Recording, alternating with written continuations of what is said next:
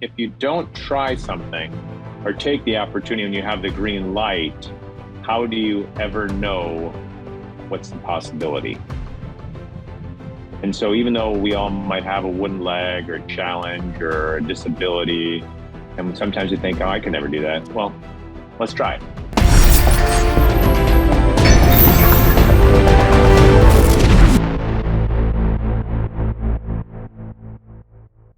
I'm here today with Erik Stolhanske, who is an actor, a writer, a producer, but he's probably best known as playing Rabbit in Super Trooper 1 and 2. Or if you are one of my many fitness friends that might be listening, you might recognize him as the guy from the original P90X who had the prosthesis in the plyometrics video. So yes, today we are talking to the kind of guy that has a wooden leg and is jumping up and down in the hardest workout known to humankind.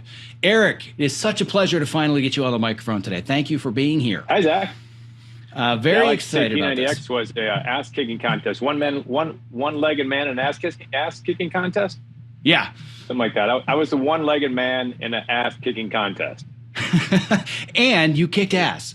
And we're going to talk more about how that evolved and kind of the mindset and philosophy behind why our mutual friend and mentor, Tony Horton, might have put you in that position for sure. Because there's a lot of lessons to be learned about that. But essentially today, you and I are just going to have a conversation about life and failures and obstacles and disabilities and all the things that are stopping us from our goals. Because boy, did you have a really good excuse to just kind of throw up your hands early in life and be like, well, I don't know, here's the hand I was dealt. Guess I'm not going to amount to much. So let's get started with a little bit of your origin story so we can contextualize this beyond the guy from Super Trooper. Yeah. Yeah, it's funny. Some people still, to this day, they'll be like, oh my God, I had no idea you had a wooden leg. I always kind of wanted it that way. And Tony kind of changed it. We can get into that. But I always wanted to act in comedy films and movies without ever kind of coming out about having a wooden leg.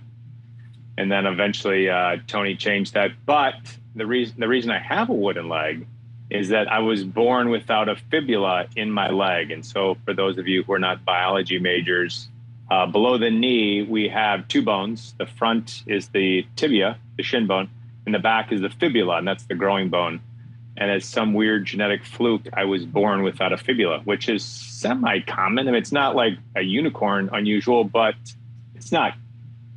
Probably a lot of people don't know people that happen to, but it's not the most unusual thing in the world. But I was born without a fibula. So I always think this is the most interesting thing, if I had to put myself in someone's shoes, is that my mom, at age 26, which is pretty young, had to make a decision when I was born without a fibula to either see what would happen, born without a growing bone, or amputate my foot and have your young kid have his foot cut off and then grow up on... You know, I couldn't walk for about 2 years, so my mom had to drag me around in a red flyer wagon for 2 years. I just think that would be such a hard choice to have to make at 26 when you're not really fully formed. That's a hard choice to make at any age, but at 26, yeah. That 26. just seems inconceivable. But, you know, as we're going to talk about, you put yourself in impossible situations. You can either fold and say, I give up, or I'm going to figure it out. And I would assume that from my understanding, she decided to go with the amputation. Yes. Yes, she did. Yes, she Making did. a safe assumption. Am I? It's safe. Yes. Good call. You're a man of the Mensa crowd. It's funny. I was in elementary school with a kid whose mother must have made the other choice, because he walked around with a shoe that had a gigantic heel. I don't know if you've seen that in kids in elementary school or beyond that. And I think he had a much more challenging time than I did. I mean, I'd run around the playground and I had my share of interesting stories, because kids used to tear off my leg and then throw it over my head and play pickle in the middle with my leg as I'm trying to grab it on the playground. So you talk about a lot of kids getting bullied growing up. I certainly had my share of that. So I don't know if they ever stole his shoe and threw it over his head, but they definitely used to do that with my leg. But I don't know, it builds character, I guess. I would never want anyone that I knew bullied like that on the playground, but it is what it is. Well, I think Everybody you took playground bullying to a whole new level, because I would guess that most of the people listening today are similar to myself, and that grew up very creative, somewhat introverted. Not everybody, but I would say the lion's share. We all have our story about being bullied. Every story I ever tell, I'm never going to be able to tell with as much vigor again, because I'm thinking, yeah, but they didn't tear off my leg and play pickle with it. So you've ruined all of my bullying stories. That was a good one. Yeah, I remember that pretty clearly. It's pretty regular on the playground. So from there, you're born without a fibula, and your mom makes this really challenging decision at a very young age. And I think, as you would agree, and she would now, it was the harder decision, but it was the simpler one. That it's like, all right, we figure out what to do if you don't have the bottom half of your leg, versus, well, we're going to kind of adapt, and maybe we need the shoes or the braces or whatever. It's like, yeah, let's just get rid of it and let's figure out how to deal with this. And I think it actually probably made a lot of things simpler for you. But I know that growing up from very early in life through middle school, high school, college, and whatnot, one of the choices that you made, which I think is going to be very interesting to a lot of people, was not, well, because of the leg, I can't really do anything physical, so I guess I'm going to sit around where I don't need a leg. You indeed became very, very athletic, did you not? I did. I was a very active kid. And I think that was something my mom always kind of grappled with, as, you know, this kid who I started having a prosthesis when I was, I guess I had my foot amputated when I was 18 months old. So I probably had my first prosthesis when I was about 4. And as you know, 4-year-olds are pretty active. So I was cruising around running. I did a lot of hopping, but I grew up in Minnesota and I always wanted to go ice skating. I have these pictures of my mom taking me ice skating when I was like really small, and my dad taking me skiing when I was really small. And so my parents obviously thought it was important that I get out and do what all the other kids in the neighborhood did. A lot of kids in the neighborhood.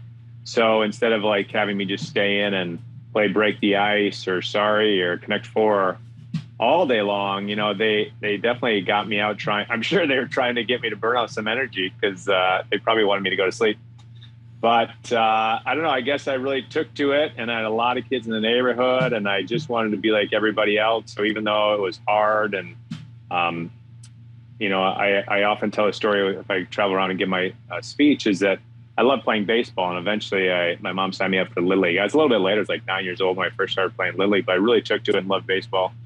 And back in those days, you know, this was the dark ages of prosthetic technology. Now, you know, things are so much more advanced, especially currently with all the veterans coming back and the medical technology advancing. But I was growing up in the 70s, and all I would do was throw a gym sock over the end of my leg, and then I'd put it in my wooden leg. And so when I ran, what happened was it you know, rubs like this, and so it's called pistoning, and my skin would just tear.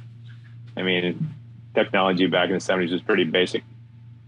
So I don't know. I never wanted to really stop playing baseball. I do the kind of things. And so my skin was tearing off my leg. I would just throw some ointment on it, a bunch of Band-Aids, take about 20 Tylenol, and just get out and do what all the other kids did. And I don't know. I just always wanted to be active, and I never wanted something to stop me, even having a wooden leg, from being active and not achieving what all the other kids in the neighborhood were doing, and just going out and, I guess, accomplishing things. I don't know if that was, you know, the goal when I was 8 or 9 or 10 years old, but I guess that, you know, there were these goals that you don't talk about like we do as adults, but the goal was to play baseball and to be like other kids. And I remember I signed up for football in 5th grade, and my mom and dad freaked out, right? Because they were like, you only have one good leg. You know, if that leg gets hurt, well, then what? You can't even walk, right? So we sort of compromised on football, even though I played for a year and loved it. And during the playground, I still would be that active and tackling and stuff like that. But baseball, basketball, skiing in the wintertime, skating in the wintertime, just being active like every other kid. So basically, it's been a pattern your entire life of, let's find the most difficult version of a sport that requires the most lower body athletics, and I'm going to do it. Yeah. Which now the whole, you know, plyometrics P90X, well, totally makes sense. But it's not a matter of, you know, I'm choosing the sports that are still sports and still active, but I really need to adjust and compensate for the fact that unfortunately my leg doesn't work, and you're just like, F it, let's pick the hardest stuff. Yeah, I should have been a chess player. Yeah, right. Chess, very active, very engaged. That would have been the way to go. But what I'm curious about, and you alluded to this a little bit, when you're 8, You don't know any better. You just want to get out there and you want to run around. However, I think that even at that age, there are conversations that happen in the house. There are unwritten rules and mindsets that are written in our brains, voices that we get in our head that compel us to become these kinds of people that make the harder decision versus the easier decision. So it sounds like a lot of this came from a very early age when your mom was having to make hard decisions. So what are some of the, whether it's conversations, the mindsets, the things that you have learned from a very young age that you feel that even to this day are still the scripts or the voices in your head, that every time there's a challenge, you're like, I'm going to choose the harder version instead of the easier one? Yeah. Well, I can think of one specific incident when I was young. We had a park at the end of our street and I loved to go ice skating, but everyone else in my neighborhood and growing up in Minnesota where there's a lot of snow, we wanted to go skiing. And so I remember talking to my mom and dad one day saying, hey, I want to go skiing. And they were like, oh man, wow. Okay. And so they took me down to the local ski place in Minnesota. They're kind of hills more than mountains, but they fitted me with outriggers. Are you familiar with that? Like where they had the things that are, they're like training wheels, kind of. It's like a crutch with the ski on it, right? So you're skiing, but you have your arms out and they have skis on the front of the crutches. And you're bracing yourself on that and going down the hill. And so I was this little kid doing this. And I just remember thinking to myself, like, I don't know, I think I can just do it with skis. And it was the hard choice. And my mom was like, well, whatever you think you can do, I'll support. You'll try it. And she would say to me, you're going to fall down, right? And I'm starting to get kind of choked up a little bit. But she would be like, you're going to fall down, and that's okay. It's soft. The snow is soft, and like it's going to be hard. But if you want to try it without just skis, you can. And I think it's a really important lesson we can take away as human beings. So the effect we can have on other human beings. I'm talking about myself right now, but like the impact that my mom had on me of supporting other people and saying, I have your back. I'm going to be there for you. It's amazing how much you can lift up other people when you actually support other people. And she was saying, let's try it. Let's do this. You want to try this? Cool. Okay.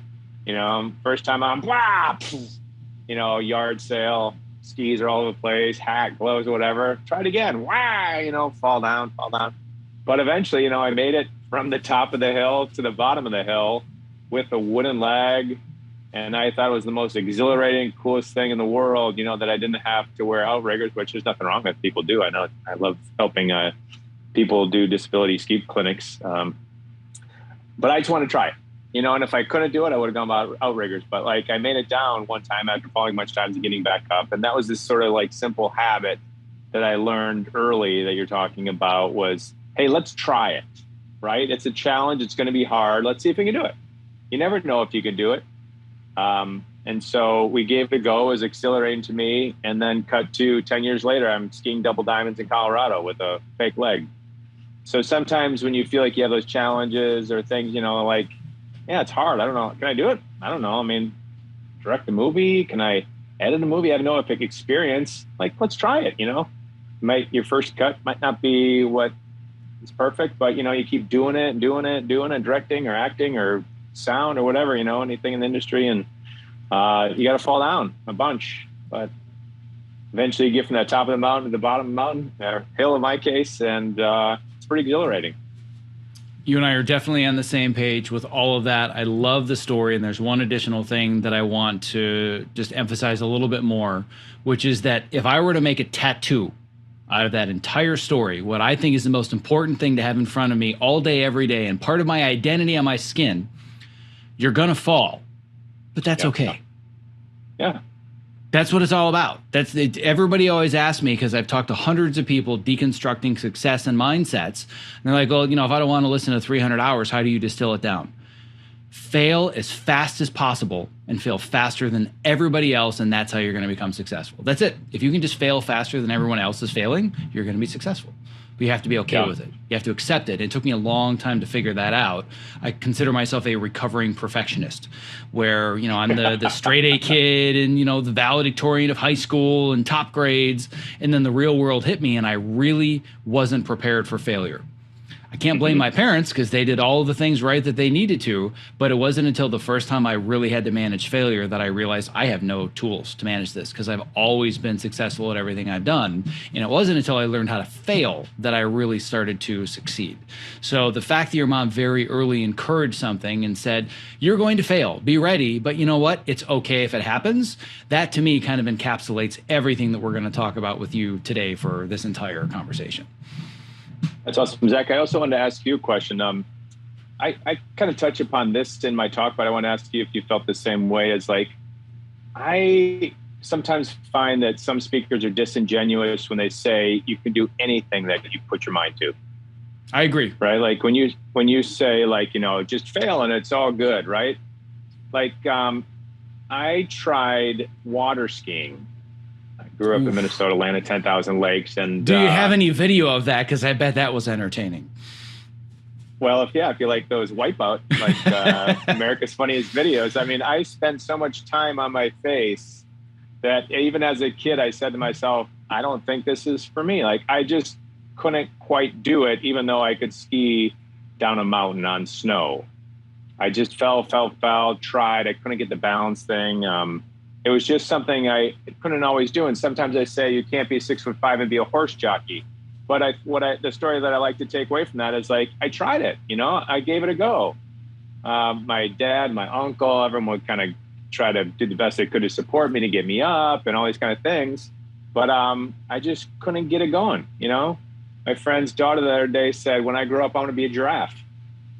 You know, so I was hate to break it to you sometimes, you know, you can't always do what you set your mind to, right? And I think sometimes if we tamper that expectation that, you know, we give it a go, we try, we fall down, we fail. Sometimes it's you can't do anything you set your mind to. I don't know how you feel about that. I want to ask you your opinion on that. Oh my God, I totally agree with you, and I do think that there's a concept now and there's a title for this that has just been coming around recently because it's become so prevalent, and because you and I are in kind of sort of similar circles, you've probably heard of it as well. It's the topic of toxic positivity, where people online are never negative. They're never saying bad things. Everything's always positive and you can do your best.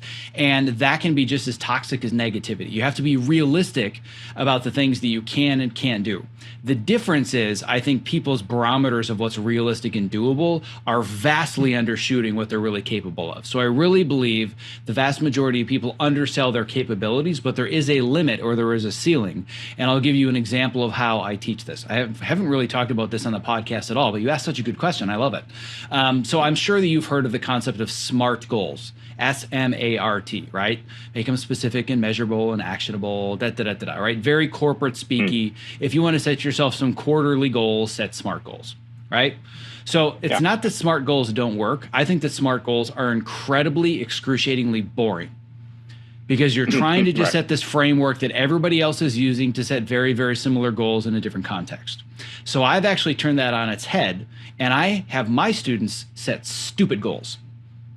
Acronym still applies, but it's a stupid goal instead. And here's how it works. By the way, PS, spoiler alert, most of it is stolen from the SMART framework. It's almost the same, but there's two key differences. Number one, it's specific, exactly the same. And by specific, I mean measurable. T, time sensitive, needs a deadline. Here's where it starts to deviate. You better be uncomfortable pursuing this goal. Because if there's a level of comfort and there's no fear, your goal's not big enough. But P, you still have to be practical. Like, is this something that I can actually achieve? Not that it's not going to be crazy hard or nearly impossible, but let's be practical. I can't grow up and be a giraffe. If I'm 4'8", I'm not going to be a center in the NBA. But if I'm 4'8", maybe I can be a ninja warrior instead, because I can find where in one context my height is a disability versus it's a superpower. And then the I is that it must be inspiring. If you're not inspired to go after this thing, just like not being uncomfortable, it's probably boring. And then most importantly, if you're going to properly set a goal that you can achieve, you must put yourself in the D, driver's seat. If you're setting a goal that requires all of these outside circumstances and things outside of your control, you set yourself up for failure. So yes, you and I could not be more on the same page about this idea of toxic positivity. Put your mind to it. I want you to create a vision board, and I want you to manifest your affirmations, and you can make anything possible. Bullshit. But I also believe that the vast majority of people vastly undersell what they're capable of and what they can achieve. I love it. Yeah, I was listening to the Jocko podcast, which I also really enjoy. He's a Navy SEAL, and he's tough guy. And he said, set unbelievable goals, set unbelievably hard goals. And I really love that. Like, really, pushing yourself to try things you think that you might not be able to do. But then also not like getting so crushed, perhaps, if you can't achieve it, but at least trying, exactly what you're saying is. Yeah, absolutely. And that's the story of the last 5 years of my life, as you know a little bit of the story because we've talked about it at Tony's, but it's the difference between the smart goal is I want to lose 10 pounds in 3 months. The stupid goal is I'm going to become an American Ninja Warrior.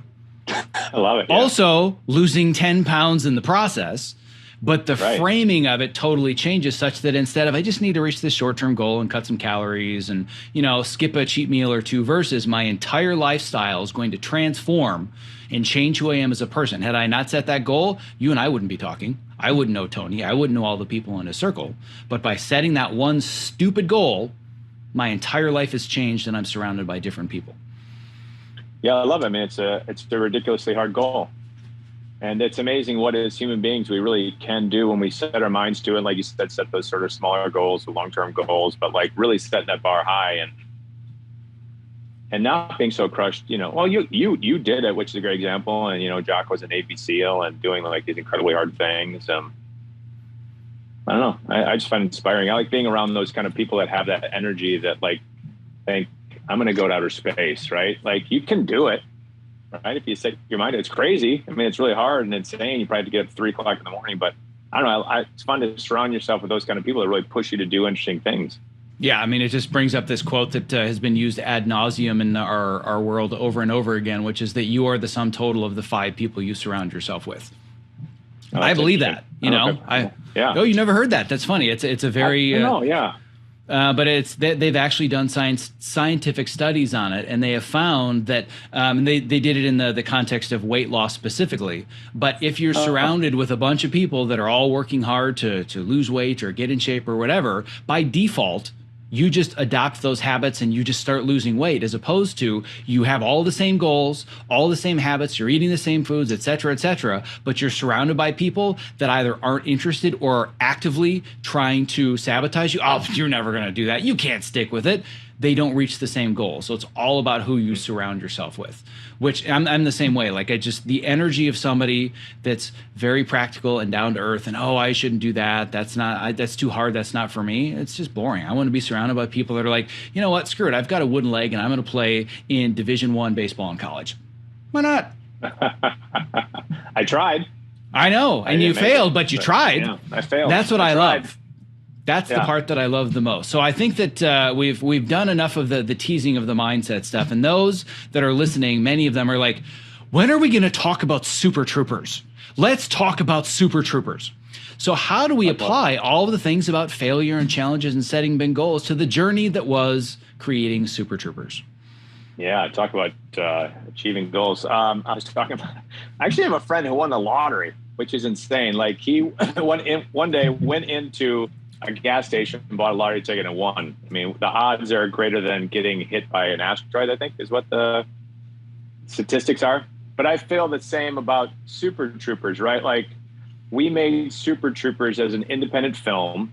So we were a sketch comedy group. We performed for many years, kind of like the Beatles did in Germany. Like we performed in small clubs in Greenwich Village for like 5 years before we made a film, and nobody had ever heard of us, but we had, done our time for years and years and years developing ourselves as a sketch comedy group.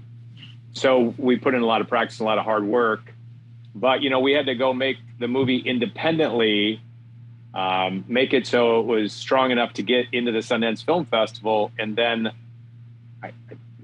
we may have been the only movie that got bought at the Sundance Film Festival and actually put in theaters. There may be another movie that I'm just blanking right now, but the odds of that are kind of similar to winning the lottery or getting hit by an asteroid in a sense. But I think that all goes back to the lesson I'm trying to say is that to me, it all goes back to that one day when I was skiing and my mom said, you're going to fall down, but just keep getting back up again, and again. And it was just years of rejection and hard work and but keep going. It's like what you're talking about is you set that goal. You set the goal for the American Ninja Warrior. We set the goal that we wanted to have a movie come out in theaters. So what happened was we were a sketch comedy group in New York City, performing live shows, just scraping by. I mean, totally scraping by. And there were movies that were starting to show up in theaters that were coming out of this thing called the Sundance Film Festival. And there was Reservoir Dogs, and there was Clerks and El Mariachi, and all these like great independent filmmakers were making these very low budget films, going to Sundance Film Festival in Park City, Utah, getting bought, and then put in these theaters. And we were in New York City, and they would come on the theaters, and we go watch them. We were like, we are going to make a movie that's going to be on that screen. And, I'm sure everybody laughed at us. Like, what are the odds that could happen? But we worked really hard. We wrote 20 drafts of a script. We shot a half an hour film. I mean, it's not a feature, half an hour film to kind of learn. And then we shot a feature film for $100,000 that we scraped together on credit cards and borrowing from aunts and uncles. And we shot it at the University, Colgate University, where we went. And that was all training kind of to learn how to do this creative stuff that most of the people that are watching this podcast, you work in the creative field. So that was our film school in a way. Nothing happened with those things, but it was a way for us to learn how to do it. And then, so Super Troopers was our second feature. And by then we were kind of learning the craft, but we still had to make it independently and then cross our fingers that it would get sold. And in 2001, it got sold at the Sundance Film Festival to Fox Searchlight and ended up in theaters. But I do believe that all of that belief that I could do something that was that challenging all started from when I was a kid, that one day on the ski hill. Well, the piece of this that I found so interesting is you started with the analogy of, I've got a buddy that won the lottery, and this happening to us was kind of like winning the lottery. And the natural progression from that, from somebody that doesn't know the story, and I want to dig in maybe even a little bit deeper, but I bet more than once you've heard, oh man, you guys got so lucky. You got into Sundance and got you were so lucky. But how much of it was really luck versus perseverance and absolutely blindly, with all the grit and determination possible, just forging ahead because you hadn't achieved the goal you wanted to achieve yet? Yeah, that's what it was. I mean, it really was mostly determination and perseverance. I mean, obviously luck is involved, right? You have to kind of catch lightning in a bottle when you do anything creatively. I think anybody who's watching this that works in the field understands that. We've made films that we didn't catch lightning in a bottle, but you do the best you can. You try, right? But so yeah, like I said, it was, so go ahead. Oh no, you go ahead. Well, a lot of people, it's interesting. After Super Troopers came out, they said, well, you guys just came out of the blue. You're lucky. You got into Sundance. And, they thought it was luck, but they didn't understand that we were scrounging along, writing and performing sketch comedy in a cabaret club in Greenwich Village for 5 years. Like, we would have to lug a TV from our apartment and a VCR and a stand, and they were tube TVs, and we'd have to shoot so here's what we did. We did live sketch shows, right? Unlike SNL, you do a live sketch, and then you'd have like one of those SNL shorts. And we wanted to be able to change costumes in the stairwell. The only thing we had was a stage, a piano, and a 5-step fire escape on the side of this cabaret club in Greenwich Village. So 5 of them, we were piled in this staircase where we change outfits, but you had to have little 3-minute movies or whatever you want to call them in order to change costumes, because you had to have some time to change. So we would shoot, edit, put it on a VHS tape. We'd lug this gigantic tube TV, put it in Jay would have to get his car from the garage, pull in front of our apartment. We'd carry it down the stairs, put it in his car, drive through Greenwich Village, which you know how packed it is on Friday night, try to park in front of this cabaret bar where they're doing drag shows on a piano on the first level. We go through that crowd, up the second floor to this small little cabaret room. We bring this gigantic tube TV, VHS, plug it in, plug the cords in the back, put a VHS tape in it, have the remote on the side stage. I mean, now with YouTube, I mean, it's so ridiculously easy, right? But we would have to do this every show. And we'd perform that for 3 months. We'd do a sketch, show a short video, do a sketch, show a short video. And that's how we sort of learned the first sort of technique of film. and then comedy, right? So we'd also it was 2-drink minimum. You had to bring 5 people. So we'd have to go around New York City and hand out flyers and ask people, "Do you like to laugh? Do you like to laugh?" We walk around Washington Square Park or NYU and we hand out flyers trying to recruit our own audience. So yeah, it was a hell of a lot of grit and determination. Like everyone thought it was overnight success, but man, it was pounding the pavement. There's always years and years of those kinds of stories behind what most people consider an overnight success. Every once in a while, sure, there is somebody that is legit an overnight success. They go in and they have lunch at the right place at the right time, and an agent comes up and says, "You'd be perfect for this movie," and then all of a sudden, you become the next A-list star, right? Happens once in a lifetime, probably even less than people winning the lottery. The rest of those stories where it looks like somebody's an overnight success story and they got their own career lottery ticket, stories just like that one. And I think what so many people miss when they're in it, and I would guess that maybe even you did, I know I'm guilty of it as well, when you're in it doing those things, when you're actively carrying the cart, you're just like, God, this is such a pain in the ass. Why do we have to keep doing this? What you don't realize, those are going to be the moments you miss the most. Those are going to be the stories that you love telling people someday. It's not, I'm so successful now, and now I can easily make a movie, and I have millions of dollars. Like the stories about lugging the cart in and out of Greenwich Village, those are the moments that so many people get frustrated by, and they don't realize a lot of that's the best part of the story. Yeah, you don't realize at the time, but it's grit. Grit. I think grit's a good word to describe it. Yeah. So one of the stories. Yeah. Totally. And there was a story that this brought up that I don't think I've ever told before. I haven't told this for years and years. But the idea of you lugging something really, really heavy up and down the steps triggered memory in my mind that's perfect for everything that we're talking about here. It's a perfect segue. When I was in college making my first scripted short film, one of the members of our group had a physical disability. He had muscular dystrophy, and he didn't have use of his arms or his legs. And we were shooting the short film on the 3rd floor of a student apartment building with no elevator. Every single day we were shooting. He was our producer. He was doing, permits and paperwork and like just all the producing type stuff because he couldn't physically lift anything, but he was still very much actively contributing.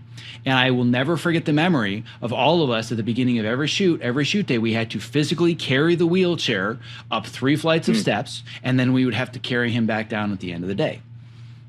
And that to me is one of those stories and those moments where at the time, God, I mean, if they just had an elevator, it would save us like 20 minutes of our day. Like time is precious. We got to get these shots. This is so frustrating. That's probably one of my 10 most cherished memories of my entire life. And the segue is he became my best friend. And really? I ended up spending 8 years of my life creating a documentary film that was a biographical retelling of his entire story. I didn't know it at the time because he was just a kid in our class with a wheelchair. And I said to him, looks like nobody else wants to have you in their group. Come to our group. You come work with us. We'll figure it out. Had no idea how much that would change my life. I found out throughout the course of getting to know him better, he was the first quadriplegic to ever become a licensed scuba diver. And because of him, there's now an entire industry of teaching scuba diving to people with disabilities, which is probably very similar to the skiing that you were talking about as well. Yeah. But he had a saying. And that saying is going to be the perfect segue to what I think you and I both agree is kind of the crux of this conversation. His saying was, everybody has a disability. And anytime I talk about this, I get some weird looks. Some people get a little bit offended by this. First, those that think they don't have disabilities, but then people that do have disabilities. So I'm curious, having heard this phrase before we dig into it, what's your first reaction to hearing that everybody has a disability? What does that even mean? Yeah, well, interesting enough, I'm starting to work on a book, and the title is called "Everyone Has a Wooden Leg."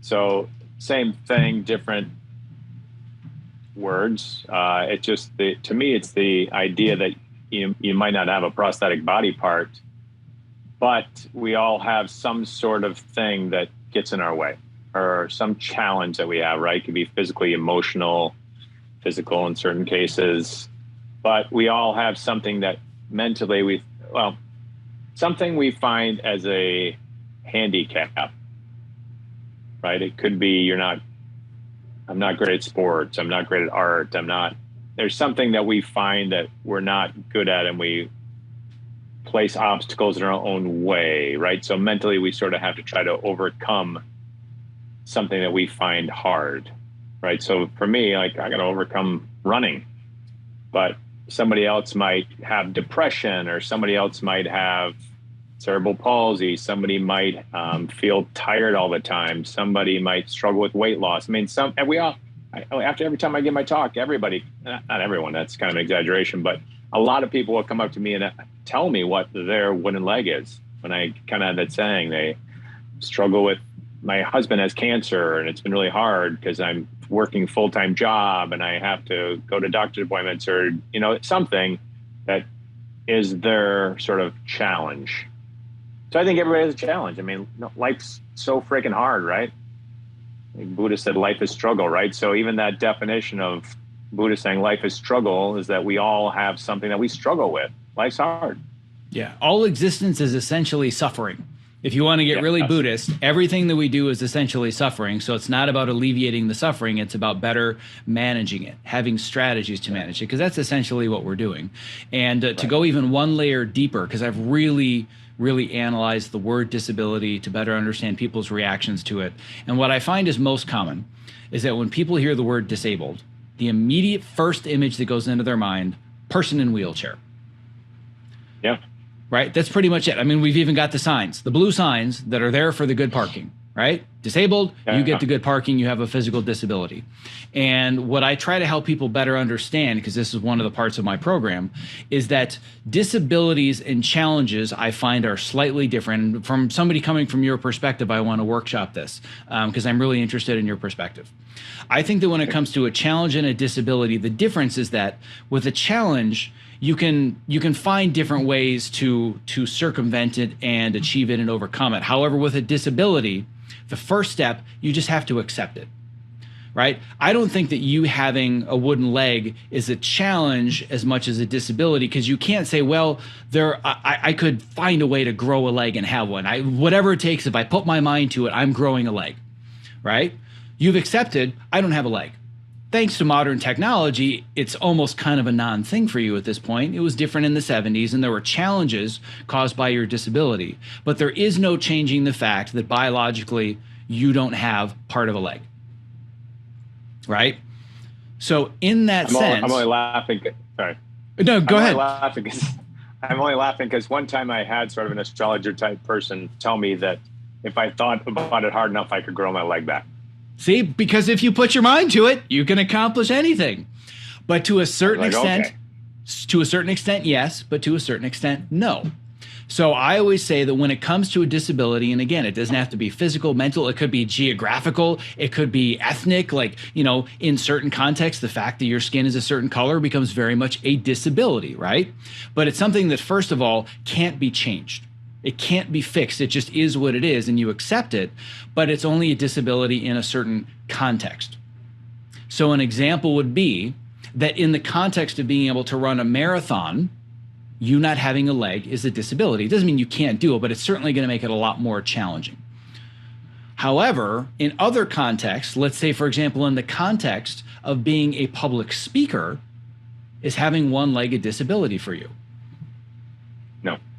In a way, I would argue it might actually give you a tiny bit of an edge and a little bit of an advantage, because you have something that's more motivational and inspirational to talk about than just some regular guy with a normal life that wants to be a motivational speaker, would it not? Sure. I'll agree with you on that, yeah. Yeah, so I feel like that what I'm trying to do, and there's a whole lot of things that I'm doing with this program, but one of them is helping people reframe things that they feel are making them less than others. Well, I'm less than others because I'm missing a leg, or because I'm in a wheelchair, or because I have ADHD, or I deal with mental health and depression issues. I'm less than others. But if you change the context of it, sometimes that disability or that kryptonite can become a superpower. And I think you're the perfect example of somebody that said, here are the cards that I was dealt. I'm accepting that this is my reality, but let me turn it into a superpower rather than use it as an excuse. So speaking to somebody that is in this world, am I on the right track? Because like I said, every once in a while I bring this up and I get weird looks. So if I'm saying something that is in some way offensive or construed the wrong way, I want to know that. But I truly believe in this, because this is what the subject of the film Christopher, what he believed in. And I mean, he was the first person that always make the joke. Yeah, I'm the cripple in the room, and people be like, "Oh my God, but then I dug into it. It's like, well, I do that because it breaks the ice. It takes the pressure away from, oh, you're different, and I don't know if I should approach you. Like he used humor to kind of break that ice and just accept, yeah, this is my reality. I'm cool with it, which means you get to be cool with it. Yeah, to me, that's right. I think I hope that as we evolve, and I think it's changed a lot since when I was growing up, like instead of it being such a anomaly or like, pointing and like, I think I told you a story. I can't remember if we were recording, we were talking about it, but when I was on the playground, kids would take my leg off and throw it over my head. We're playing pickle in the middle as I'm trying to get my leg as they're throwing it around. I mean, it was such an oddity, I guess, like, in my school that I was the one kid that had a wooden leg that for some reason kids felt the need. They thought it was funny to take, one kid would take off my leg and go chase the girls all over the playground with it. And then some would take it off and play pickle in the middle, and the teacher would have to come out and have me go back to class. I can kind of laugh about it now, but I hope we get to a place where we just say, man, I don't know, everyone's got something, right? Everyone's disabled. Everyone's got some sort of handicap. We can talk about depression.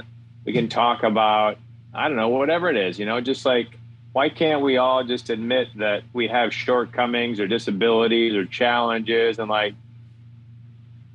just be out in the open about it all? I don't know. I hope that we can ever kind of evolve a little bit to that place where like we just say, yeah, all right, everyone's got something. Who cares if you're the kid that's got the wooden leg? Who cares if you're the kid who's missing 2 fingers or a kid doesn't have any hair? I don't know. I mean, it's just get to a point where we're not like laughing and making fun of people and like that's the odd person out, or have to have these committees for disabilities. I mean, I appreciate all those are great, but I hope we can even evolve past that where you have to have all that. It's just to accept it. Yeah. Here. Totally agree. One of the reasons, if you want to get into this, I can, if you want to drill down on that more, we can. I was going to just kind of bring it around full circle of, I was saying before that I used to always want to try to act in movies and not ever say I had a wooden leg. I purposely never talked about it in interviews. I mean, I think I did about 4 or 5 films, major films. We did with Fox Searchlight, Warner Brothers, movies for major studios, theatrical releases, and I never told anyone I had an artificial leg. And it was very specific because I never wanted to be pigeonholed as only getting cast as somebody who came back from a war and lost their leg and was in a wheelchair. And like, I just never felt Hollywood was evolved enough. And this was before all this kind of diversity stuff that's happening right now. And then I was doing it. I was acting in movies and I never talked about it. And I was able to play an able-bodied normal person because that's what we should be able to do, right?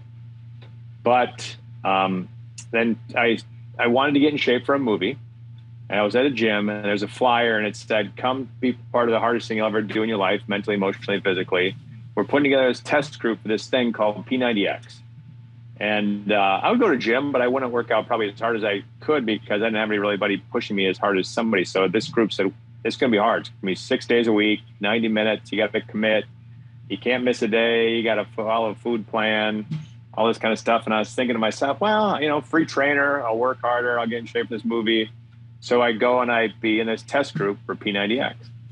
And at the time, there was no real extreme home fitness movement, right? It was Richard Simmons or Cheryl Tiegs, Jane Fonda. It wasn't really like there's no CrossFit. The idea that they were making this video was they were thinking that professional athletes or people really high at athletic level would do something that really made them better athletes. It wasn't really meant, I don't think at the time, to be something that went out to every home in America. It was going to be kind of a niche idea. And I said, I'll get in shape. So I did a test group. About 60 days into it, it's really freaking hard. And I was falling over in yoga, all these like balance positions, plyometrics. I couldn't do it. I just couldn't do it. So like 60 days in, I realized I kind of overcame something and I was stronger, getting in better shape. And I would always wear sweatpants because I was embarrassed about being handicapped. And I just wanted to just go in there and get a workout in. I wasn't trying to do anything else, but just try to get a workout, get in better shape for this movie. But about 60 days in, man, I was starting to do the plyometrics. I was able to hold the balance poses. I was able to do a lot of these really hard physical activities. And one day I showed up, I said, screw it, man, I'm gonna wear shorts today. because I was starting to get this stuff down. So I show up in shorts one day and I just see Horton looking down like, what the hell's that? Everybody in the class is like looking at me like, I got a fake leg. And he's like, what? You've been here for like 60 days and you now just show up in shorts and you've been doing this whole thing with the wooden leg? I'm like, yeah. I don't know. I just kind of clicked. It's great. I love working out this hard and really being able to do it. And he's like, all right. And he just treated me like everybody else. Everybody else is cool. And then we finished 90 days of the test group and he said, Stolhanske, hey, we became pretty good pals. After that, we were hanging out, going to the beach, working out. And he was like, hey, I want you to be in the plyometrics video. I was like, in the video? Like in a background person like Suzanne Summers thing? And he's like, yeah, it'd be really cool if you were doing a plyometrics, which is, I think, the hardest discipline of all P90X as a kid with one leg. It's quite possibly the hardest 60 minutes of any home fitness program ever created ever. Plyometrics is just, he calls it death by jumping for a reason. Yeah, it's hard. I mean, just bottom line, it's a really hard jumping exercise for your legs. And I was like, nah, I'm good. No, thanks. I don't want to be in an exercise video. I'm trying to be an actor. I'm in movies. And he's like, all right, well, think about it. I mean, like, there's a lot of people that struggle with diabetes, overweight, depression, all sorts of things. Like, maybe you having a wooden leg, I know you can probably think of as a disability or handicap, but maybe it's something that is a positive that you could help people. And I was like, damn you, Horton, putting it in those ways, putting it that way. I thought about it for a while. I'm like, I don't know, I'm trying to not be the guy with the wooden leg. And it was the first time in my life, I think, that I got pictures. Sometimes when I tell my story, I show when I was growing up, I'd go to the beach and I'd wear pants. I used to wear like jeans, like my family. We went down to Florida one time for spring break with my mom and dad and sister. And I'm down on the beach wearing jeans because I didn't want to be a handicapped kid. And I had to make like a life decision. I was like, I can embrace this, having a disability, or I can be the person who's trying to hide from it. And I said, you know what? I've been in these movies. All right, I'll do it. And I'll be in your P90X video. And so I did it in shorts. And I think that was the first time that I ever was sort of on film doing anything where I exposed my legs sort of to the mass audience. And then it went on to be like the #1 home exercise video in America and just took off. Totally unexpected what they thought. I mean, it's a great workout, and Tony obviously talks the talk, walks the walk, and it's the real deal. So now I accept it. I hope that we get to this place where everyone's like, oh yeah, who cares? I mean, I don't know. I mean, we shouldn't even be talking about it in the sense like it should just be like everybody in the world just says, yeah, I have a disability, I got a challenge, I got a handicap. Aren't we all just one people? Aren't we all like one type of humanity? Who cares? Unfortunately, we just have so little time on our days because we're spending so much of it trying to prove to everybody that we're perfect and we have all of our shit figured out. There's no time left in the day to be vulnerable and share our struggles and share where we're human, right? And I'm not going to get on this soapbox. I have many soapboxes. I actually have an addition to the house that hold all of my soapboxes. This is one I'm not going to bring up, but just social media has the power to get us to the point where you and I are talking, and is doing the exact opposite, because we spend so much time creating this false perception of all the things we have figured out. Here's the perfect day. Here's my perfect breakfast. I have the perfect work day on my laptop, outside doing my own thing. Hashtag living the hustle life. Hashtag blessed life. And it's creating this environment where we don't feel accepted if we're posting something that is ugly or dirty or real or vulnerable. But imagine the power and how quickly we could change this if we just flipped the switch on social media, and instead of here's all the stuff that you're kind of making up or just exaggerating that's BS, versus let's all just be real. I really think that that's an area where we can make this much more of a reality. And I think some people are using it the right way to do exactly that. So I know some people that have really leveraged social media and today's technology to be able to amplify the idea that, yes, I might have a disability in one context, it's an ability in another. So I'm always trying to help people to identify first what you consider the disability. Let's accept it. Now let's reframe it so the kryptonite becomes your superpower. I love it. Brilliant. What I'm curious about next is, we've talked about how you've gone from this kid that was really athletic, loved baseball, football, basketball, couldn't play the football, but you still loved it. Then you decided you wanted to go as far as you could in baseball, and you got there. Made the switch to acting. And if we have time, I want to dig into that piece a little bit further, because it's a pretty damn good story about how you decided to go from athlete to acting. But then ultimately, I want to talk about public speaking. So we're going to take a little bit of a detour, because I don't know how much value it has other than it's just such a good story. Talk to me about how you made the transition from actor, or from athlete to actor, because you told this, I was almost on the floor. The true story of how I got into comedy.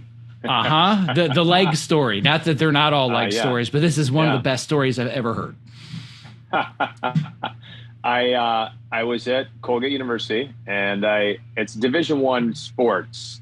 So I was captain of my high school baseball team. I always loved baseball. Spring came around, and I went and tried out for the baseball team. And then, surprise, surprise, I wasn't big enough, fast enough to play Division I baseball. It's pretty hard. And so this was the time when I could have become introverted again and stayed home and not gone out. But I said, I was depressed for a little bit, but I was walking by the campus university theater department, and the doors open. I looked inside, and they were rehearsing, and there's this girl on stage. I thought she was cute. So I kind of stuck my head in, and I sat in the back and I watched, and I thought, wow, I always loved Caddyshack and Animal House and Fletch and all these comedies growing up. I was like, man, I want to try getting on stage. I want to get on stage with that girl.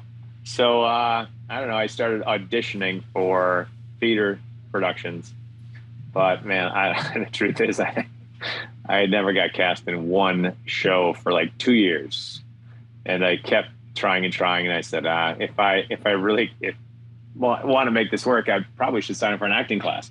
So I finally signed up for an acting class at school. And the first thing they made us do was show up on a Saturday morning and build sets, and how that's supposed to help you as an acting amateur, but it was free labor. So I just did what I did to get a grade. And it was Saturday morning, and it was college. So, I was hungover, and I was tired early morning. So I'm just hammering away at this set.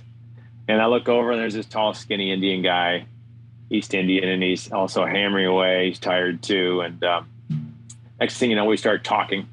And start talking about where we're from. And he said he's from Chicago. I say I'm from Minnesota. And he's like, oh, Minnesota, huh?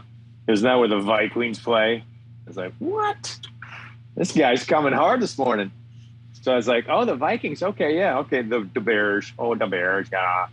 And he said, the Vikings are a lot tougher than the Bears. They crush you guys. And he's like, oh, okay, Purple Rain. Why don't you come back and talk to me after you guys win a Super Bowl? Now, my Vikings are 0-4 in the Super Bowl. Anybody who's a Minnesota Viking fan can feel the pain. So I think Bears fans can feel the pain too. So, and just for a point of reference, born and raised in northern Wisconsin, Cheesehead and Packer fans. So just got a full disclaimer, put that out there. But continue. You guys got Super Bowl rings. And he was always wearing a McMahon jersey. And so I was just like, oh, okay, Chicago. You're so tough. You think you're so tough. You think you can do this. So I reached down and I grabbed that hammer that I was building the set with, and I just go, whack! And I smacked it on my ankle as hard as I could. And he was like, what? And I was like, you think you're so tough? Here, can you do this? And I stick out the hammer to him, thinking that was it. You know what I mean? In my mind, like, that's it. But I didn't expect it when he's like, oh, you want to play that game, do you? And he reaches out and he grabs my hammer and he goes, whack! On his ankle. And he's like, holy crap, Jesus. And he fucking grabs his ankle and he starts squirming around the floor. And I was like, oh, I wasn't expecting that to go in this direction. What am I going to do now? And I look around and I was like, oh, okay. And I see where, a theater, proscenium arch, right? You got the cement arch over the theater. And I go, all right, hey, Chicago, if you're this tough, can you do this? And I run across the stage and I kick the cement wall as hard as I could, straight on with my foot. And I think, and that's it, right? I think he's going to be like, okay, I'm done. You're nuts. Instead, I hear, screw you, Minnesota! And he's wearing Birkenstocks too. And he comes flying across the stage and he kicks the cement wall as hard as he can. And he drops down to the ground and he's rubbing his toe and he's like, that's not so bad. What else have you got? And I'm like, this guy's crazy. And I'm thinking this game of Quiénes Más Macho is going to be finito, but it's not. It's not. We're in this for city pride, right? And so now I got to find something that's going to make him bail out of this game. So I look over and I see it. And I'm like, yeah, I got it. This is definitely going to be it. And I reach down and I grab a pneumatic staple gun. because we're using pneumatic staple guns to build sets. And I'm like, hey, Chicago, are you this tough? And he goes, you don't have the guts. And I said, oh yeah, you don't think I got the guts? He's like, you're not going to do that. I'm like, he's like, I was like, you don't want to do this. He's like, I don't, anyway, I'm getting ahead of my story. I take the pneumatic staple gun and I say, Chicago, you this tough. And I put it up to my leg and he said, you don't have the guts. I'm like, oh yeah? I go, hot out, Bronco. And I put a pneumatic staple with the staple gun into my leg. Now he comes running over and he's like, there's no way that's real. And he starts inspecting my leg and he's pulling at my pants. And they're like, for sure, there is a staple into my leg. And he's like, oh my God, did it hurt? I'm like, yeah, it hurt. I'm probably gonna have to take me to the hospital afterwards, man. You don't want to do that. And he goes, I don't want to do it. I have to do it. And now I'm thinking, oh my God, this guy is like either plumb crazy or he's definitely tougher than me, because he grabs a staple gun. But he starts searching for like the fatty meat in his leg. I did it in my shin, right on the back of my leg. But he starts like grabbing different parts of his leg that he thinks have more fat on it that it's not going to hurt as much. And he finally settles like on the back of his leg and he's pulling on it. And he's like, yeah, I could probably do it here. And he takes a staple gun and he puts it up the back of his leg. And he's about to pull the trigger. And I'm thinking, man, at the moment, I'm like wrestling, I'm like, he was making fun of my Vikings. I'm like, I should let him do this. But I'm like, my reason and kindness, Minnesota kindness got the best of me. I'm like, hold on. You out of your freaking mind? I'm like, puppy's made of wood. I got a wooden leg. And I pull it off and I show it to him. And thinking he's probably going to like strangle me or kill me or just be totally pissed off. But he breaks down laughing. He's like, oh, he thought it was hysterical. I guess we were kind of cut from the same cloth ultimately. And he sticks out his hand. He said, hey, I'm Jay Chandrasekhar. And I'm like, hey, Erik Stolhanske. And we became best friends after that. And ultimately he put together the comedy group at Colgate University. And he asked me if I would come audition for it based on our time building sets that day. Went an audition for the sketch comedy group, got cast. We were called Charred Goose Speak at Colgate University. We performed for the next 2 years. And then after that, we moved to New York City, became Broken Lizard. Here we are 30 years later. We just finished our 8th movie called Quasi, which will be on Hulu in 2024.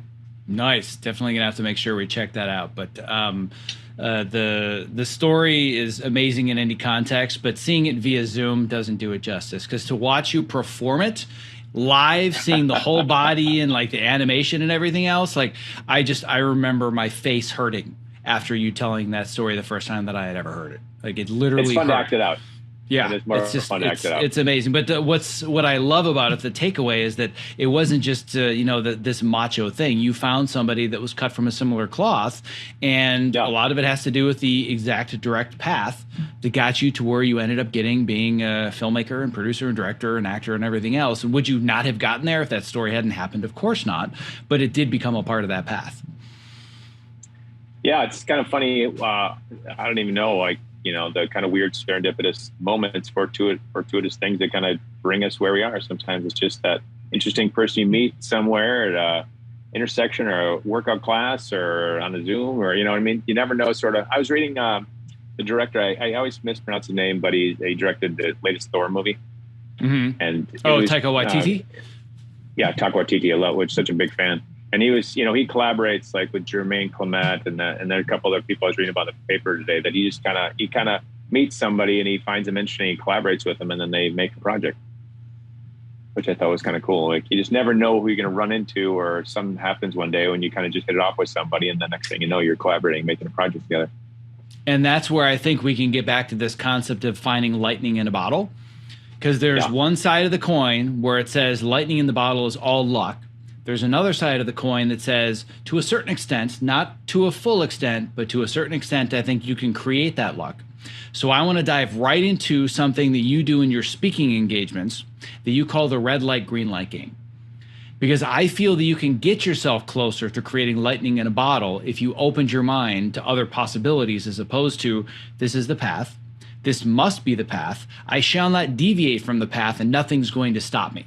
So talk to me a little bit more about this concept of what you do in your speaking engagements with the red light, green light game, and just what it is.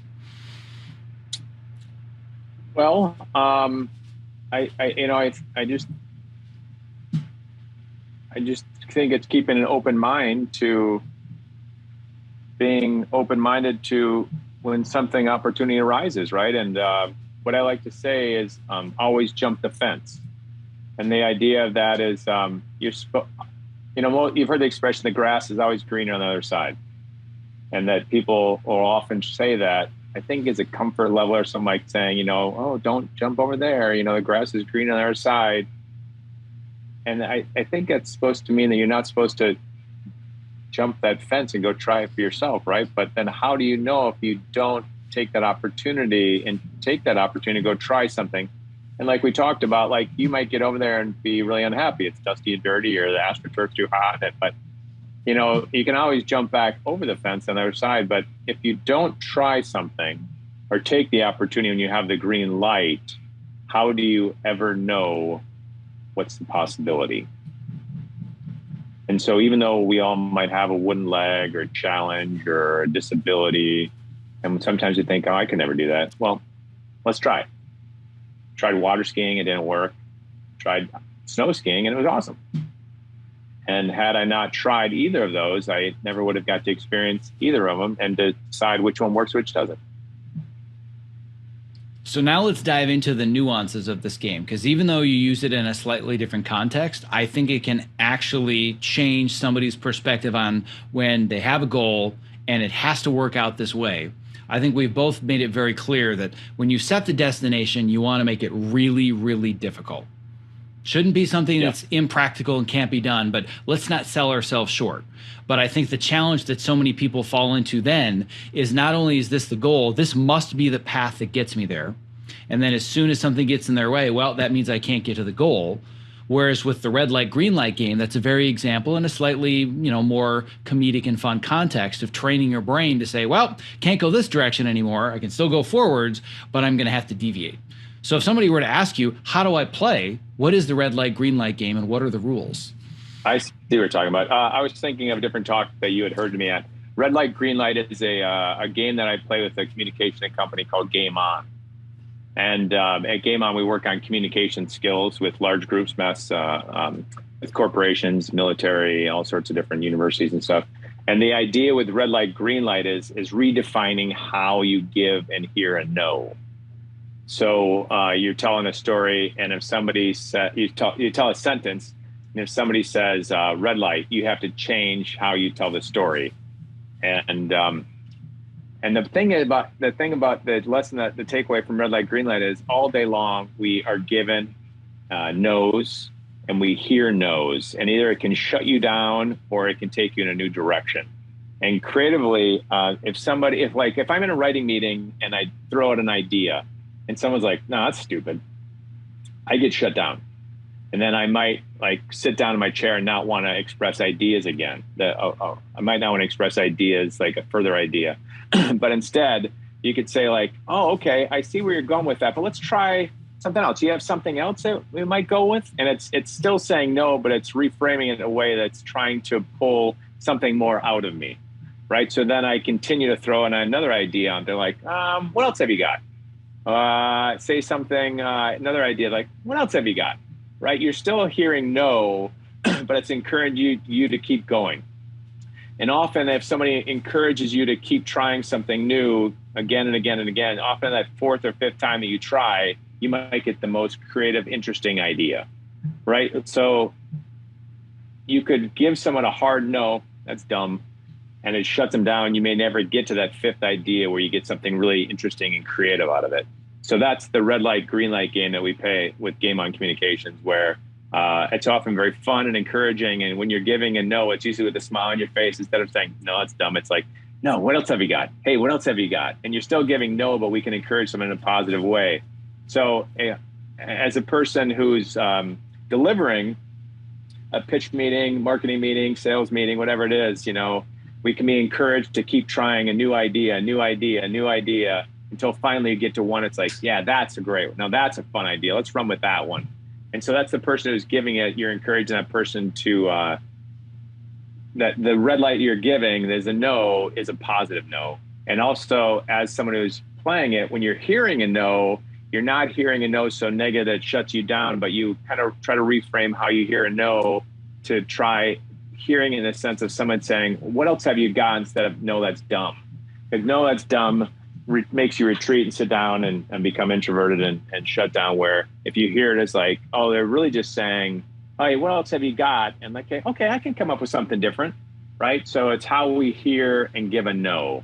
And we talked about earlier about, how powerful it is to support somebody and have their back. So like when my mother, when I'm growing up, and she says, she could have, when I said, hey, let's go skiing, pardon me, my throat's dry. She could very easily have been like, no, we're not going skiing. You know what I mean? That's the easy thing to do as a parent. Like, we're not going skiing. It's you got to drive there. You got to put on a lot of clothes. It's expensive. You got one leg, No, we're not going skiing. But instead, the very powerful thing that she did was she supported me. And she was like, yeah, all right, let's try this. I'll support you. And that changed my life. Right. And it's the same kind of thing. It's in a very daily basis. The red light, green light idea is when we give and support somebody, and we have to give no's all day long. We have to hear no's all day long. But can we do it in a supportive, positive way that encourages people to get to that fourth or fifth idea instead of shutting them down? I'm going to make sure in the show notes that I put a link to a video where you're actually demonstrating this live. And just as a little teaser to really compel people to do it, it goes from this woman talking about Christmas morning versus her grandmother jumping in the backyard on a trampoline. Of course, it's all fictional and it's fun, but just the trajectory of one place to the next in a couple of minutes is amazing. I actually want to demonstrate this very quickly, but I want to tweak a little bit of it. And I'm going to tweak it to your liking because it's your game and not mine. But how can we change this slightly and actually demo how it works, but a little bit more related to, here's the path that I see to get where I want to go. I've got a goal and I've got points A and B and C and D and E and F and G and A. It's all in my mind and I just have to do these things. But then we're going to throw 10 different wrenches in the works and I'm going to have to innovate. And my choices are the goal no longer works versus goal is the same, the path is different, and I got to figure it out. So how can we demonstrate how this works in a slightly different context?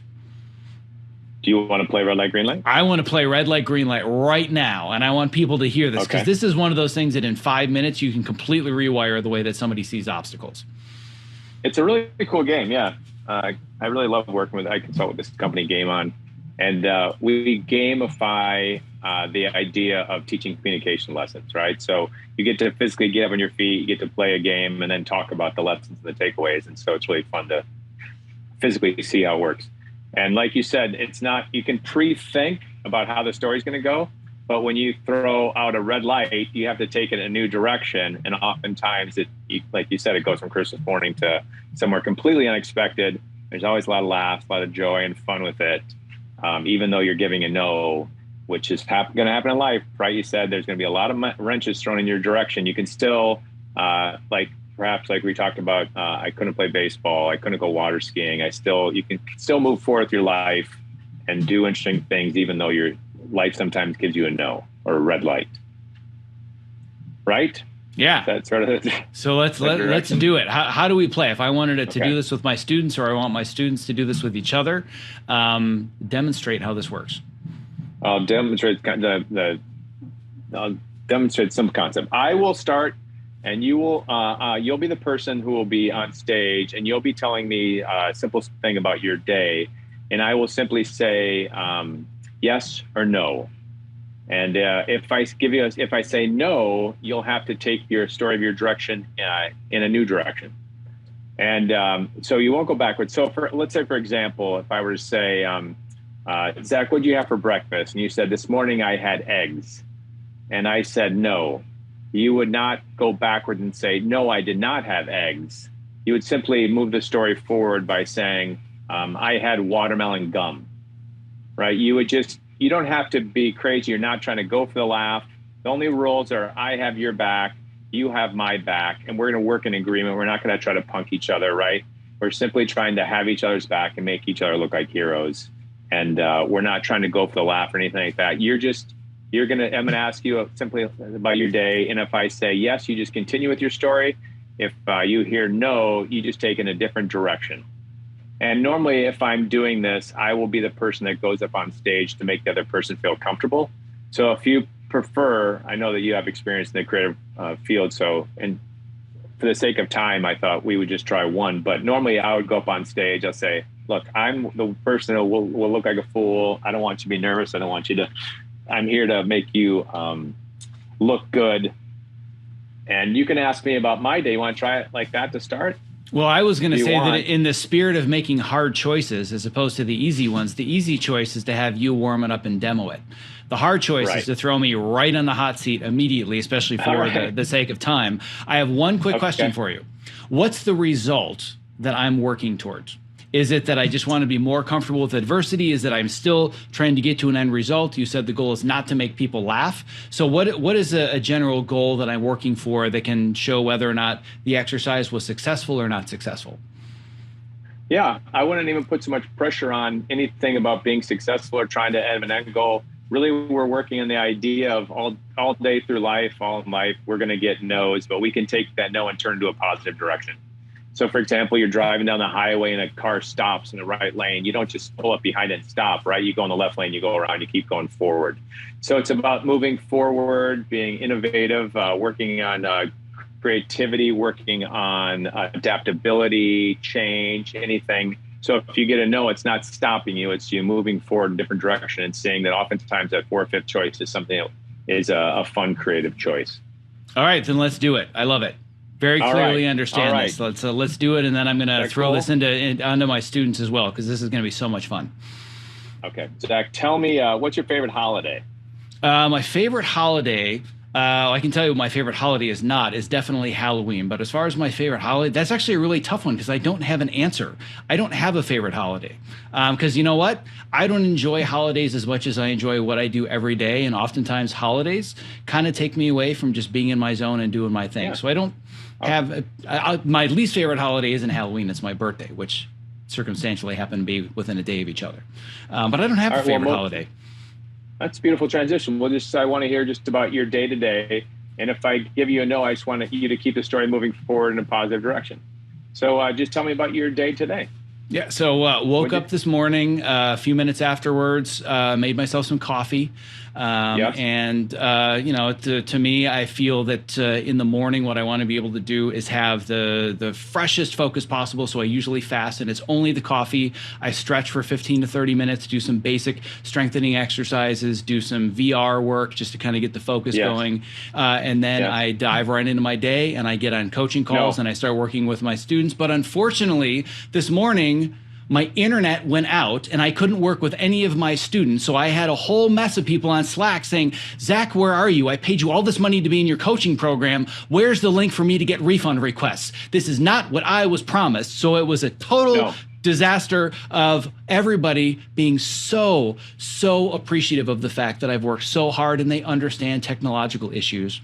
And a few minutes later, they realized, oh, wow, this is not the community that I thought I was going to be a part of, because this guy has no idea how to run technology. So what I did was I started researching frantically, how is it that I can get another job editing a TV series? Because clearly I'm a giant failure as a coach and a mentor. But then it dawned on me, that's stupid. I don't want to fail, especially because at 1 p.m. I've got a call with Erik Stolhanske. And if I show up to that call as a failure, then I'm not only a failure, but I'm a hypocrite. Because I decided to quit on something that was hard, talking to a guy who says that everybody has a wooden leg. So this morning's Zoom happened to be not my wooden leg, but I realized that after I was going to be done with this call with Erik Stolhanske, that I was going to be exhausted because the guy put me through the ringer, but I summoned the courage and the energy to realize that I can put myself on the hot seat and I can nail it. And not only by doing that, I can inspire people listening to also pursue their goals, even if they're really, really hard and really, really scary. Yes. Nice. All right, there you go. Perfect. So that's fun. I can tell that you've done some improv before. I would guess this must have something to do with the improv comedy world. Most of my background is in sketch, but I love the idea of it. Having worked with Game On, it's all getting up and improvising with people working, people who've never have experience, and just so much fun to try to encourage people that yes and moving forward, the positiveness of it. You might hear a no, but you're going to take it forward in a different direction anyway. like you were great because you didn't pause on any of it, right? As soon as I gave you a no, there wasn't like the idea of going backwards or stopping or pausing. It was like instantly just taking it forward. You had a smile on your face. I love about it, like when I gave you a no, it didn't like shut you down. You didn't like frown. It wasn't like, oh, okay. It was like, oh, okay, yeah. And then, right, it was instantaneously just moving forward in a different direction. And it was grace. There was grace in it, and it seemed like you were happy to try something different, which I like. And one of the reasons I wanted to do that is because I think that through years and years of conditioning, of just being in a place where I'm like not only trying to avoid obstacles, I actively put obstacles in my life. I pay to have obstacles in front of me and work with some of the world's foremost experts to make my life as difficult as possible. Even though I've never done this game before, I just think I've rewired my brain to be like, all right, fine, bring it on. What else you got? Let's figure it out, as opposed to immediately shutting down. It's funny because it also reminded me of the story. I swear to God, I haven't thought about this since high school. But we had an activity that we did in forensics. I was in forensics doing like, skits and public speaking. And it's like basically acting competition for nerds. So if you don't want to be in sports, and I mean, in northern Wisconsin, as you know, probably the same in Minnesota, it's all about high school sports. But I wasn't really into the sports, and I was into acting and whatnot. And there was an exercise where you basically had to get up in front of the entire class, starting with absolutely nothing, and you had to tell a story and see how long you could tell the story and entertain people before it just started to become a mess. Like you could use any details you want, but whatever it was, it had to constantly be engaging. And as soon as you started to fill it with fluff or like, oh, this is dumb or I'm not interested anymore, they'd say stop. So I would just go for minutes and minutes and minutes, making up the craziest shit. And for some reason, I don't know why, but my brain is just wired to, make up all the BS. But I think the combination of that and, again, just really actively putting obstacles in front of me, when you were doing it, it wasn't a matter of, oh, man, that was stupid. And, oh, how can I change the story? It's just like, bring it, right? I love that challenge. And that's why I believe a game like this is so beneficial for creatives. Because when you're stuck on an idea, there's always another idea out there. You just have to be willing to find it and have a bunch of really crappy ideas first. Yeah, I was going to ask you, like in the editing world, do you get that where like, I don't know if you get studio notes, but someone's like, no. I mean, in a sense, it's maybe not that hard, but like, we're not going to do that. We'll change that. I'm not seeing where that's going. Let's try something else. And like, you might be like, stuck, but then you're like, okay, I'll try it. And you find out that actually that second or third or fourth, fifth cut actually does get something creative and interesting. Yeah, so as somebody who works in Hollywood, you're probably no stranger to studio and network notes, so you definitely know what those look like. Editors, no stranger as well. But what I often find, and this is, it's very important for me to collaborate with the right people that are on the same page, is that I want to work with people where they're not giving me the solutions, they're giving me the problems, and I get to come up with the solutions. So if somebody says, the scene isn't working, you need to make it 37 seconds shorter, and you need to make this wide shot a close-up, and you need to take 4 frames off of here, I'm like, don't tell a brain surgeon how to do brain surgery, just tell me that you're having trouble thinking and let me figure out the problem. It would be like me going to a composer and saying, you should do 4 bars of A, and then you should go to 12 bars of C flat, and at this point you should bring in the strings. They're like, no, let me compose the music. Just tell me what you want to feel. You know what? I want to feel happy in this scene. All right, now I can do my job. So as an editor, it's my job to interpret what is the result that you want and how are we not reaching that result. So if they say, like, an example would be on Cobra Kai. This happens all the time, and they're perfect with this. They don't tell me how to fix things. They tell me the problems. They will say that this scene doesn't have enough energy. In my mind, this thing is just an 11 as far as energy. Right now, it's feeling like a 7. That's the only note I get. It's not take these 4 shots out, make it 17 seconds shorter, and use this piece of music instead. It's give it more energy. And it's my job to interpret what that means, knowing their tastes and figure it out, which to me makes my job a lot more interesting. Because as an editor, when you work with people that give you solutions, you're just an extension of a keyboard. It's my job to execute your vision, but I don't get to be a part of it and I don't get to collaborate. Versus, ooh, I see your problem. I think I've got an idea. Because ultimately, and this is getting very existential and something I talk about with my students as well, is that as you climb higher in the ranks, and I'm sure you can attest to this, it's not like all of a sudden now that you're making movies as opposed to desperately trying to get one made, you don't have less problems in your world. You have different problems in your world, and I want my world to be one where it's full of problems that I have fun solving. So if somebody says, these are all the challenges, I'm like, oh my God, that would be awesome to solve that problem. I'm having fun versus do it this way. Yeah, I don't even agree with that. And that's dumb, but I'll do it anyways. Like that to me is the difference between a show I will work on and what I won't. It's just, am I going to enjoy solving these people's problems? Awesome. So that's a perfect example of all the no's you get in life every day, right? The no's are red lights. You get a red light, but how, can you think of it and frame it in a positive way?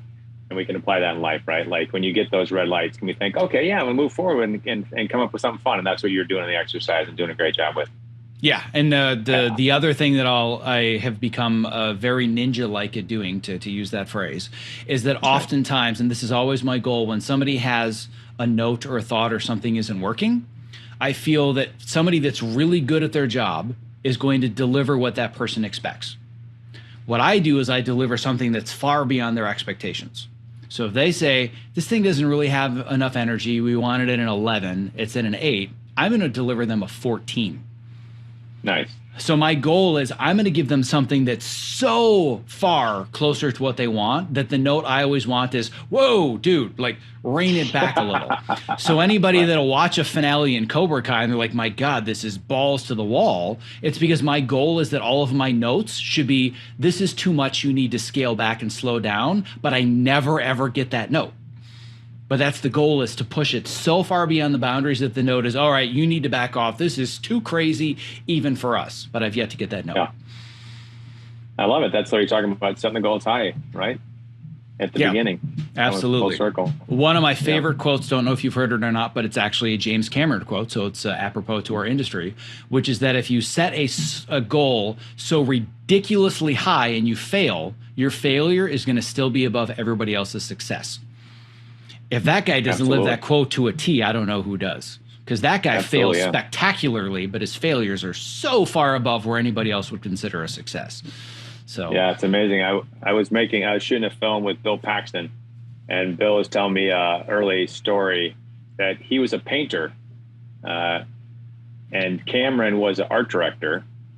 And they're hanging out one day, painting sets and building. And Cameron said, "I got this script, Bill. I think you'd be good in. It's about cyborgs, and it comes back from the future. And maybe you could be one of these guys at the beginning." And Bill's like, "Movie about cyborgs?" He explained it to him. But Cameron had this vision that one day he was going to make this movie about cyborgs. And cut to James Cameron setting his goals high.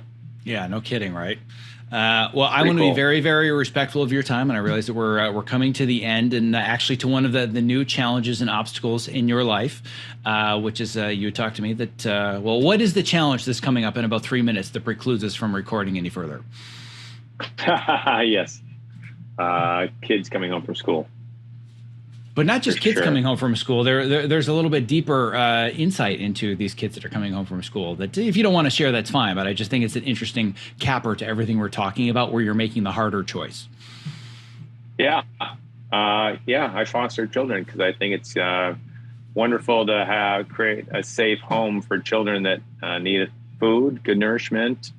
Try to give positive influence and a safe environment so they can strive and do interesting and great, creative, fun things with their lives like you do, and everybody out there that's listening. Everybody deserves a chance.